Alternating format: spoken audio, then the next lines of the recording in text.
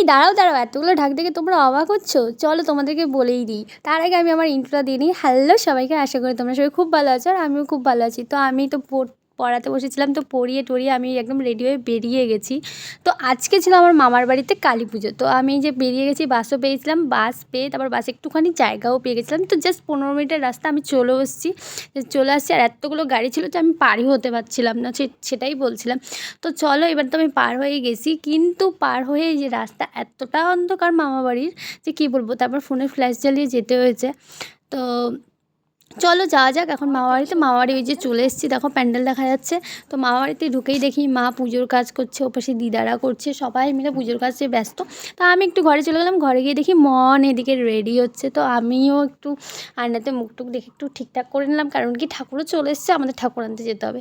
তো এখন আবার রেডি হয়ে আমি চলে আসছি ঠাকুর আনার এখানে। তো ঠাকুর আনতে চলে এসেছি, এবার গিয়েই দেখো আমাদের দিদি আসছে। তারপরে এই যে আমরা সবাই এখানে ছিলাম। তো নন্দিনী আমাকে বলছিল তুই ভিডিও আর করিস না, কারণ আমি ভিডিও করলে পোস্টই করি না, এত ভিডিও জমে গেছে। তো যাই হোক, এত কথা বলতে বলতে দেখো মা চলে আসছে বাড়িতে।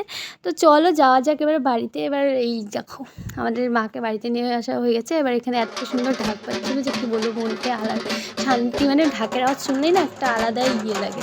তো যাই হোক, এই যে সবাই মিলে এখানে দাঁড়িয়েছিলাম, একটু আড্ডা দিচ্ছিলাম। তো সবাই এখানে দাঁড়িয়ে আছে, কারণ এখানে এখন মায়ের বরণ হবে। এই যে তারপরে এই যে আমাদের নতুন বউ, তো আর ওদিক দিয়ে নতুন জিজু পালিয়ে গেল। তো যাই হোক, মা তো চলে এসছে বাড়িতে। আজকের মতো ভিডিওটা এইটুকুই, পরের ভিডিও আসছে খুব তাড়াতাড়ি। ততক্ষণের জন্য টাটা, সবাই খুব ভালো থেকো, টাটা।